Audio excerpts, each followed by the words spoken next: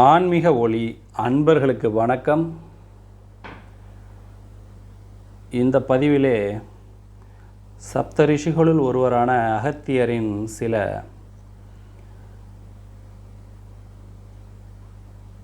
கருத்துக்களைத்தான், ஜோதிட கருத்துக்களைத்தான் காண உள்ளோம்.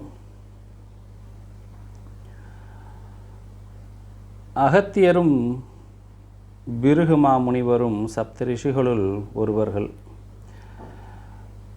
இவர்கள் எண்ணற்ற ஜோதிட கருத்துக்களை தங்களுடைய ஜோதிட நூல்களிலே தெரிவித்திருக்கின்றார்கள். அகத்தியர் தன்னுடைய ஜோதிட நூலிலே சில யோக குறிப்புகளை, எப்படியெல்லாம் கிரகங்கள் அமைந்தால் யோக பலன்களை செய்வார்கள் என்று குறிப்பிட்டிருப்பதிலே குரு அல்லது சுக்கிரன் இவர்கள் லக்னத்திற்கு 7ஆம் வீட்டில் அமைந்தாலோ அல்லது 10ஆம் வீட்டிலே அமைந்து பாம்புகள் என்று சொல்லப்படுகின்ற ராகு அல்லது கேதுவோடு இணைந்திருந்தாலோ, லக்னாதிபதியும் ராசியாதிபதியும் இணைந்திருந்தாலோ, லக்னத்தில் சந்திரன் அமைய பெற்றிருந்தாலோ, இது போன்ற கிரக அமைப்புகள் எல்லாம் இருந்தால் அது ஒரு யோகமான ஜாதகம் என்று அகத்திய மாமுனிவர் குறிப்பிடுகின்றார்.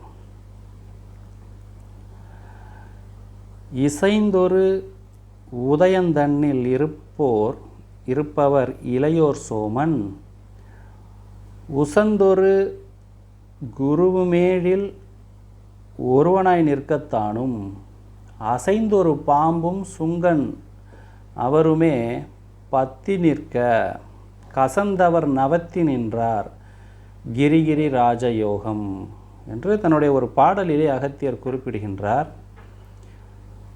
இசைந்தொரு உதயந்தன்னில் இருப்பவர் இளையோர் சோமன், உசந்தொரு குருவேழில் ஒருவனாய் நிற்கத்தானும்,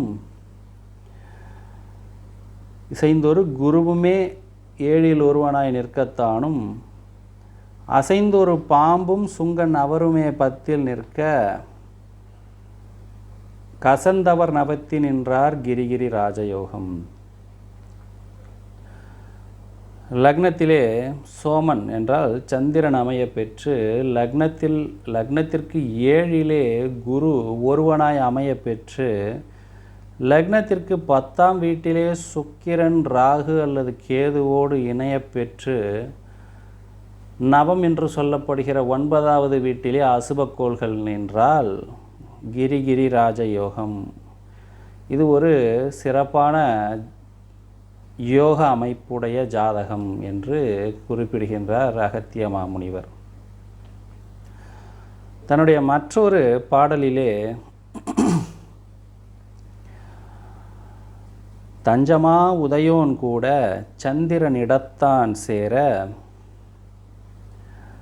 கொஞ்சியே சுங்கன் ஏழில் கோலமாய் நின்றாராகில், மிஞ்சியே குருவும் பாம்பும் மிகைத்துடன் பத்தி நிற்க, வஞ்சனையோரும் பாக்கியம் வந்திடிலி ராஜயோகம் என்று தன்னுடைய மற்றொரு பாடலிலே குறிப்பிடுகின்றார்.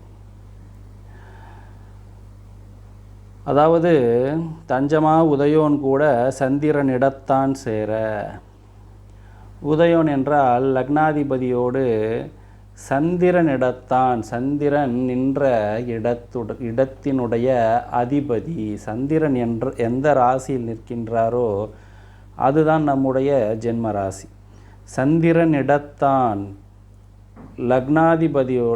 லக்னாதிபதியோடு தஞ்சமடைய, சந்திரன் என்ற ராசிநாதனும் லக்னாதிபதியும் இணைந்து நிற்க, தஞ்சமா உதயோன் கூட சந்திரனிடத்தான் சேர, கொஞ்சியே சுங்கன் ஏழில் கோலமாய் நின்றானாகில், சுக்கிரன், சுங்கன் என்றால் சுக்கிரன்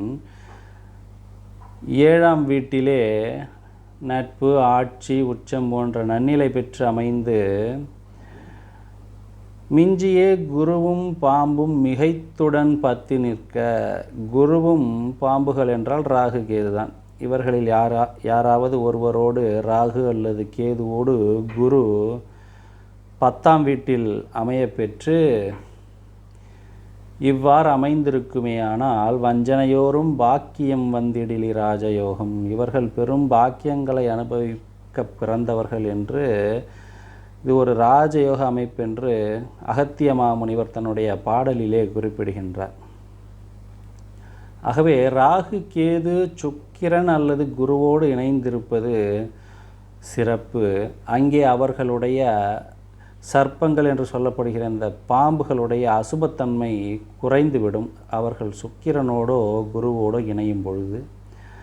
அதே போல் 7, 10 இவைகள் இரண்டுமே கேந்திரங்கள், சுபகிரகங்கள் இங்கே அமைவது. 10ஆம் வீட்டிலே சுபகிரகங்கள் அமைந்தால் அந்த ஜாதகனுடைய செய்கைகள் அனைத்துமே சுபமாக இருக்கும் என்று ஜோதிட நூல்கள் குறிப்பிடுகிறது. 7ஆம் வீடு இல்லற வாழ்க்கையை குறிக்கக்கூடியது, கூட்டாளிகளை குறிக்கக்கூடியது. அங்கே சுபகிரகம் இருப்பது வாழ்க்கையை சுலபமாக சுபத்துவத்தோடு நடத்துவதற்கு உதவியாக இருக்கும். லக்னத்திலே சந்திரன் அமையப்பெறுவது கலைகளில் தேர்ச்சி, பக்தி, ஞானம், ஆசாரம் போன்ற நல்ல விஷயங்களை நமக்கு கொடுக்கக்கூடிய ஒன்று. மேலும் ராசிநாதன் லக்னாதிபதி இவர்களுடைய இணைவை பற்றி அகத்தியர் பல இடங்களில் குறிப்பிடுகின்றார். ஆகவே இவர்களுடைய இணைவு ஒரு தனி சிறப்பை கொடுக்கக்கூடிய ஒன்று. அன்பர்களே, இப்பதிவிலே அகத்திய மாமுனிவர் குறிப்பிட்ட சில யோக குறிப்புகளை பதிவிலே கண்டோம். அன்பர்களுக்கு இந்த காணொளி பிடித்திருந்தால் என்னுடைய இந்த சேனலுக்கு சப்ஸ்கிரைப் செய்து எனக்கு வலிமை சேர்க்கும்படி அன்போடு கேட்டுக்கொண்டு, இதுபோல் மேலும் ஒரு பதிவிலே உங்களை சந்திக்கும் வரையில் உங்களிடமிருந்து விடைபெறுகின்றேன். நன்றி, வணக்கம்.